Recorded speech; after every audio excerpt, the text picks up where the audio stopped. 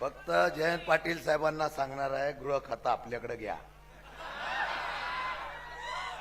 आणि मग नाही तर आमचं काय झाले, काँग्रेस संस्कृती झाली.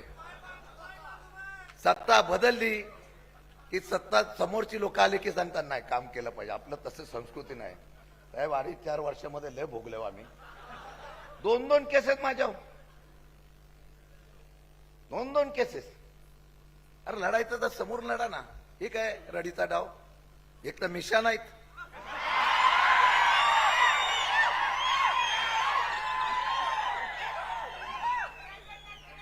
मिशा नाहीत.